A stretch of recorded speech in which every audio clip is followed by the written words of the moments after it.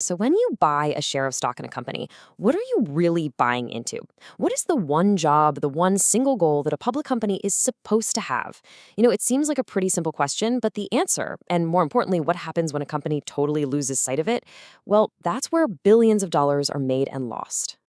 The finance professor Aswath Damodaran just nails it with this quote. I mean, think about it. For a massive company that's juggling billions of dollars and thousands of employees, not having a clear destination isn't just some philosophical problem. It's a complete recipe for disaster. And that's exactly what we're going to get into. What is that one clear destination a corporation is supposed to be sailing towards? And maybe more interesting, what happens when the people in charge just toss the map overboard and start driving in a completely different direction? Well, in the world of traditional corporate finance, there really isn't any debate about the destination.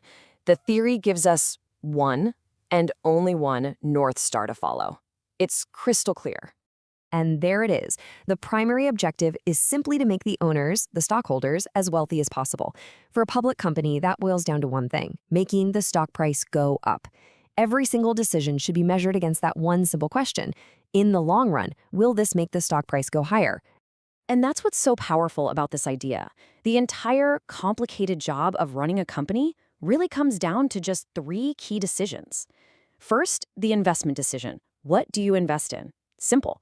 Pick projects with great returns. Second, the financing decision. How do you pay for everything? Find the cheapest, smartest mix of debt and equity. And third, the dividend decision. What do you do with the profits? Well, if you can't find any more great investments, you just give the cash back to the owners. The idea is, if you nail these three things, the stock price should pretty much take care of itself. Now, on paper, this creates this beautifully elegant system, right? A perfect corporate machine where everybody knows their job and they're all working towards that one single goal. Let's take a look at how that's supposed to work. So this is the ideal world. You've got the stockholders, they're the real owners, and they hire the managers. The managers have one job: make the stockholders wealthy. And watching over the whole thing are the financial markets, which act like a perfect judge, with the stock price instantly telling you how well the managers are doing their job. It's supposed to be this perfect feedback loop where everyone is held accountable. But, that's the theory. In the real world, a ghost gets into the machine, and those nice, clean lines on that diagram get really, really messy. Okay, look at this. On the left, that's the perfect world we just talked about. But on the right, that's the messy reality. All of a sudden, managers start looking out for their own interests first. Stockholders suddenly realize they don't have much actual power. And the financial markets, well, they can get things wrong too.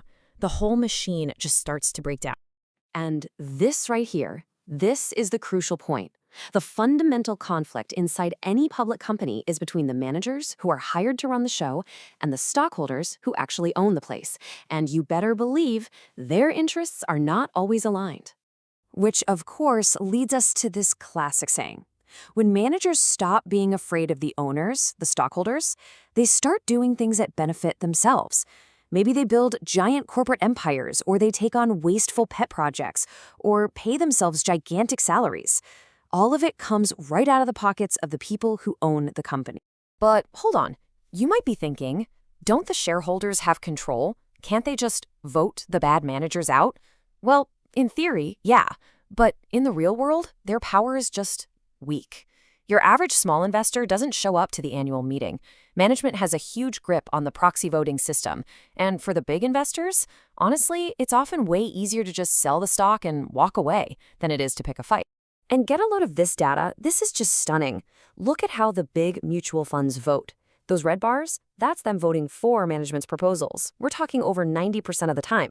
The gray bars, that's their support for proposals from their fellow shareholders. It's barely 30%.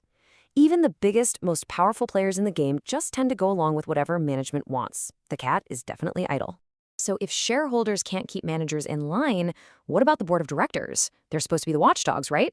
Okay, let's start with a number. In 2010, this was the median pay for a board member at a Fortune 500 company. For what's basically a part-time job, you really have to ask yourself, who are they more loyal to?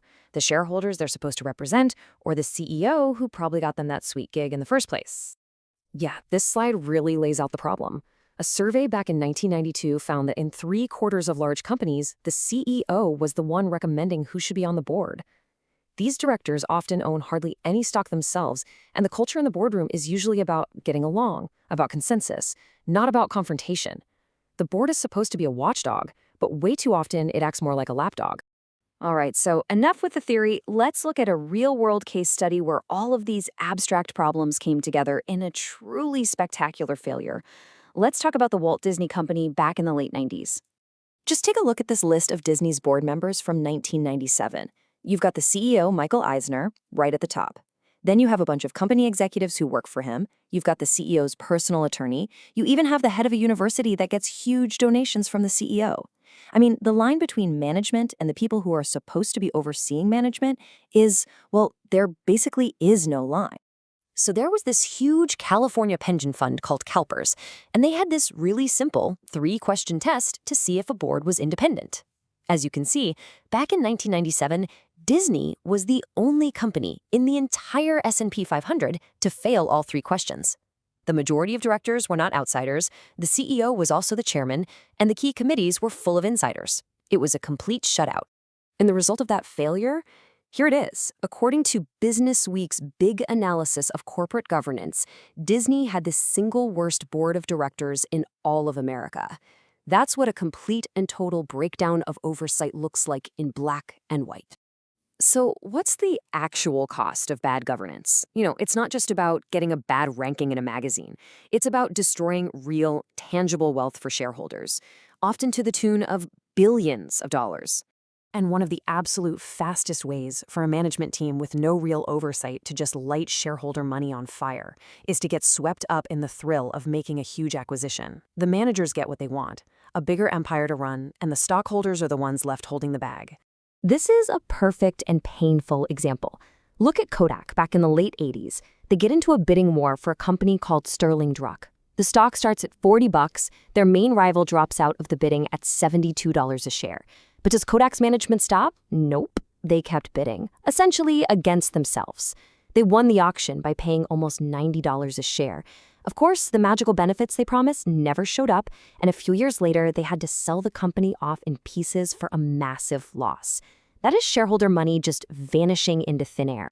And all of this, it really brings us back to the central question of corporate finance.